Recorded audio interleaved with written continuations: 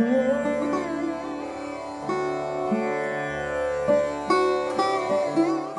And welcome to Uttarakhand और आज हम आपको लेके आए हैं एक घोड़ा खाल के फेमस मंदिर जो कि है गोलू देवता टेम्पल। तो मैं भी आज पहली बार ही अंदर जाऊंगी, तो चलिए चलते हैं।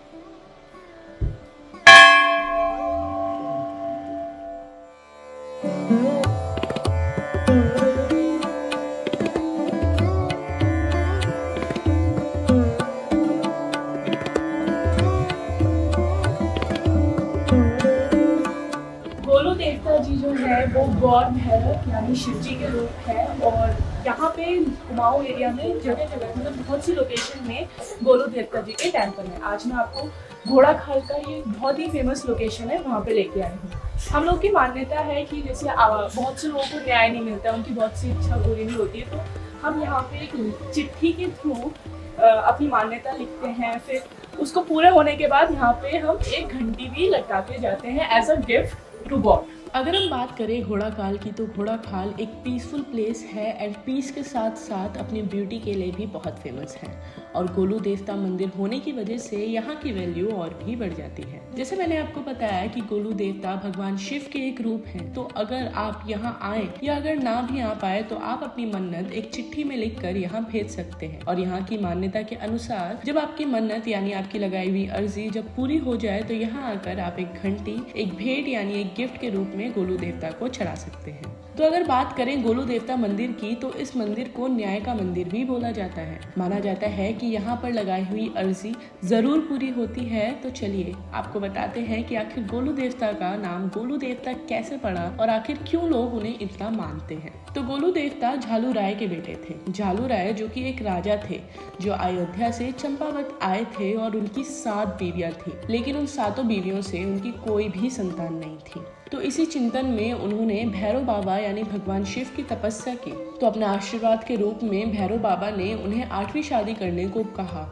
और बोला कि उनके संतान के स्वरूप में उनकी 8वीं बीवी से वह खुद जन्म लेंगे। तो जिसके बाद झालू राय की 8वीं बीवी बनती है पंच देवताओं की बहन कलिंगा। तो जब उनकी 8वीं बीवी से जब उन्हें संतान होती है और राजा के वहां ना होने के फायदा उठाकर उनकी 7 बीवियां उस बच्चे को ले जाकर बिच्छुओं के बीच में डाल देती हैं और उनकी जगह सिलबट्टे को कपड़े में लपेट कर वहाँ रख देती हैं। लेकिन क्योंकि वो भैरव बाबा के रूप थे, इसीलिए उन्हें कोई भी बिच्छू काटता नहीं है। तो फिर वो रानियां और भी कोशिश करती हैं उस बच्चे को मारने की, लेकिन क्योंकि वो भगवान के एक अंश थे, इसीलिए उन्हें कोई खरोच तक नहीं आती।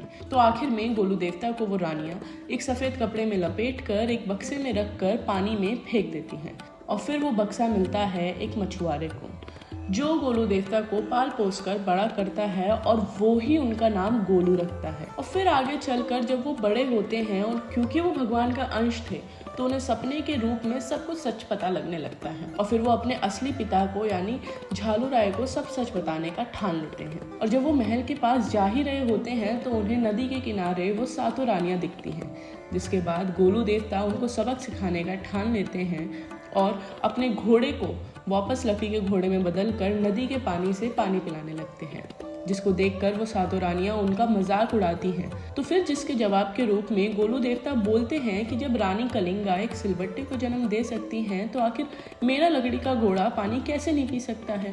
जिसके बाद रानियों को बहुत शर्मिंदगी महसूस होती है और वो ये बात राजा जी को बताती हैं, जिससे क्रोधित होकर राजा गोलू देवता को बंधित बनाकर राजभवन बुलाने के लिए बोलते हैं, जहाँ जाकर उनको गोलू देवता सब सच बताते हैं। जिसके बाद से लोगों ने उन्हें न्याय का देवता बोलना शुरू किया और जब तक गोलू देवता ने राज्य संभाला तब तक उनके होते हुए ना ही तो उन्होंने अन्याय किया, ना ही तो उन्होंने किसी को अन्याय करने दिया। तो मैंने तो अपनी अर्जी यहाँ लगा दी है। अगर आप भी अपने जीवन में परेशान हैं तो यहाँ की मान्यता के अनुसार आप आके यहाँ पे अपनी अर्जी गोलू देवता जी को लगा सकते हैं और जैसे ही पूरी हो जाए तो यहाँ पे एक भेंट स्वरूप घंटी चढ़ा सकते हैं। जैसा कि आप देख सकते हैं हमारे जैसे आपके जैसे लोगों ने कि कितने सारे लोगों की अर्जियाँ यहाँ पे पूरी हुई है। And I hope you like this video. For such more videos to subscribe our channel. Till then keep watching.